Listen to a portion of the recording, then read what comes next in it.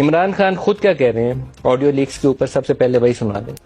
Audio leaks میں اور بھی کچھ آ رہا ہے، ابھی آنے والے دنوں میں آپ قسطوں کی انتظار کریں۔ ایک یہ بھی آپ سن رہا ہوں میں آ رہا ہے کہ عمران خان کو وہ مریم کہہ رہی ہے ابا جی کو کہ عمران خان کو ہم توشہ خانہ الیکشن کمیشن کہہ رہے ہیں میں ڈسکوالیفائی کر دوں گا، اس کو فکر نہ کریں کہ توشہ خانہ کیس۔ یہ ہے election commission, chief election commissioner ہے، یہ شریف خاندان کا گھر کا نوکر ہے۔ اب پرائم منسٹر کی جو آڈیوز لیکس ہوئی ہیں اس میں 3 آڈیوز اب تک منظر عام پر رہی ہیں۔ ایک میں مریم اپنے چچا سے بات کر رہی ہیں اور اپنے داماد کے لیے ایک پاور پلانٹ کو امپورٹ کرنے کی بات کر رہی ہیں انڈیا سے سن کے سب کے کان کھڑے ہو جاتے ہیں، لیکن پاکستان میں شوگر انڈسٹری کے اندر بگاس سے جو بجلی پیدا کرنے کے زیادہ تر سسٹم ہے وہ انڈیا سے آ کے لگے ہوئے ہیں۔ جب تک عمران خان کے اپنے ہی دور حکومت میں بھارت نے آرٹیکل 370 اور 35A کو ختم کر کے کشمیر کی خصوصی حیثیت ختم نہیں کرتی 5 اگست 2019 کو، تب تک یہ سارے پلانٹ انڈیا سے ہی آتے تھے اور انڈیا سے ان کے بندے آتے تھے جو یہاں شوگر ملز کے اندر انسٹال کرتے تھے، اس کے بعد بند ہو گئے۔ اگر مریم اس معاملے میں چچا سے کوئی خصوصی رعایت لے رہی تھی یا انہیں دی گئی تو وہ قابل سزا ہے، اس کے اوپر پتہ چل جائے گا آگے تو اس کو سزا ملنی چاہیے۔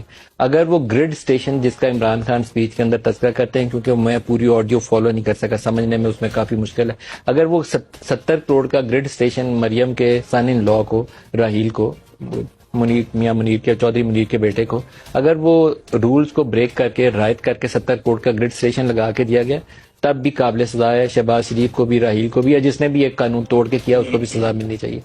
لیکن یہاں اس سے بڑا سوال یہ ہے کہ ایک منسٹرز کی میٹنگ ہو رہی ہے، میرے پتہ نہیں پروڈیوسر صاحب کے پاس آڈیو کلپس آئیں گے، نہیں میں آپ کو نہیں تو سنوا دیتا۔ اس میٹنگ کی بھی ریکارڈنگ موجود ہے اور پرائم منسٹر بیٹھے ہوئے ہیں، مریم سے بات کر رہے ہیں، ان وزراء سے بات کر رہے ہیں، اس کی بھی ریکارڈنگ موجود ہے، اور ابھی عمران خان کہہ رہے ہیں ابھی اور آڈیو کلپس آنے والے ہیں۔ اس کا ہدف کیا شہباز شریف اور وہ 3-4 وزراء ہیں جس میں رانا ثناء اللہ ہیں، ایاز صادق ہیں یا مریم نواز ہیں؟ میرا خیال اس سے ہٹ کے ہے، میں اپنے مہمانوں سے اس پہ بات کروں گا، لیکن میرا خیال یہ ہے کہ ایک بہت ہائی پروفائل پوسٹنگ اپوائنٹمنٹ بہت قریب ہے، زیادہ دور نہیں ہے، وہ ہے نئے آرمی چیف کی تعیناتی۔ تو یہ جس جگہ پہ حساس نوعیت کی میٹنگ ہوتی ہے اس کی ریکارڈنگ کون کر سکتا ہے؟ یہ ہماری بہت ہی سوفسٹیکیٹڈ یا تو انٹیلیجنس ایجنسیز کر سکتی ہیں یا کوئی آپ کا بہت بڑا اینیمی جس کے پاس یہ کیپیسٹی موجود ہے وہ کر سکتا ہے۔ میرے جیسا بندہ تو جس کو فون کرنے کے لیے اپنا موبائل کے ساری ایپس آپریٹ نہیں کر سکتا، وہ تو یہ کام نہیں کر سکتا نا۔ سوفسٹیکیٹڈ ٹیکنالوجی کے ساتھ آپ یہ چیزیں انٹرسپٹ کرتے ہیں۔ تو اس کے اوپر نیشنل سیکورٹی کمیٹی کا اجلاس طلب کیا گیا اور امید کی جانی چاہیے کہ قوم کو بتایا جائے گا کہ ریکارڈنگ کس نے کی تھی، کیسے کی تھی، اور ان لوگوں کو سزا بھی ملے گی۔